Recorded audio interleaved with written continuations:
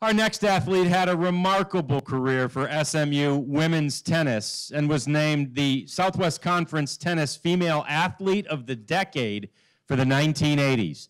A four-time All-American, she continued her success on the professional tour. Please welcome from SMU, Jennifer Santrock.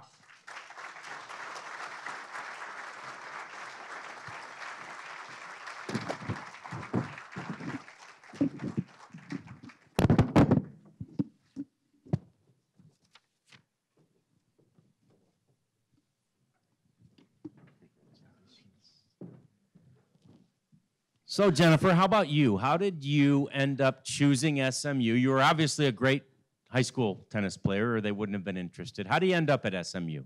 I got a scholarship. Yeah, nice. Yeah, Bobby they offered you one. Yeah, they offered me a scholarship. I was actually only 16 years old when I went to SMU. I'd won state in high school, grew up in Dallas, in Plano, and was a grade ahead in school. And then that was when Ross Perot had brought in a lot of educational reform in Texas. And I used to travel and play the Orange Bowl, the Easter Bowl, and all these tournaments during high school. And with Ross Perot's new educational reform, I was not going to be able to miss a day of school. Even if you were an A student, you couldn't miss school. Wow. So I had a relationship with a coach at SMU, Owen McCaney. I had been coached by my father, but since I was 12, Owen had coached me, and she was the head coach at SMU at the time.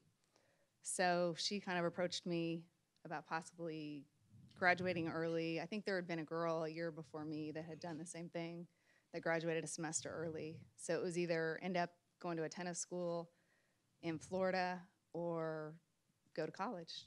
So you chose college. I did. And then a lot of the other coaches across the country had talked to me about recruiting me, and then all of a sudden they saw me playing against their school. So they were confused, like, how are you already in college? Yeah. So I kind of slipped into SMU, I guess. And you would have graduated at 17. It was just basically 1 year early?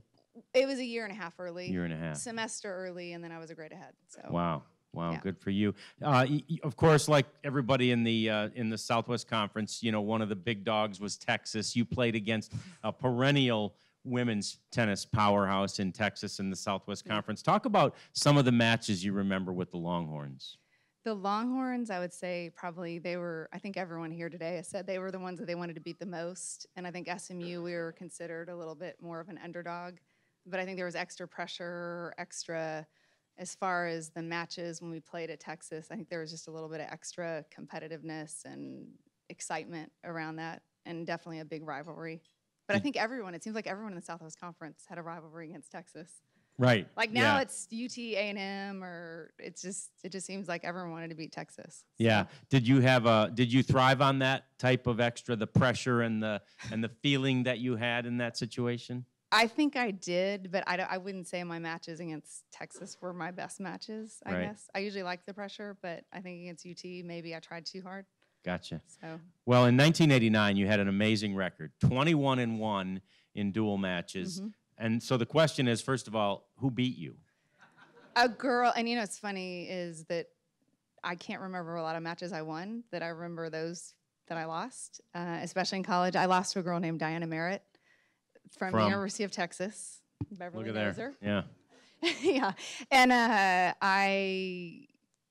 it was just one of those matches I'd grown up playing with her in junior tennis in the Dallas area. So we had practiced probably when we were 8, 9, 10 years old and played a lot throughout the years. So what was wrong? You were sick? You were, I was sick, actually. Were you really? Yeah. I had strep throat. Oh, And I think that's the thing a lot. Yeah, I had strep throat. But a lot of people don't really see the pressures that student athletes, like I don't know how some of the football players, between the preparation and the game film and tennis, we traveled more than any other team, and that was during the death penalty. So the teachers definitely they didn't really like the athletes very much at SMU at that time.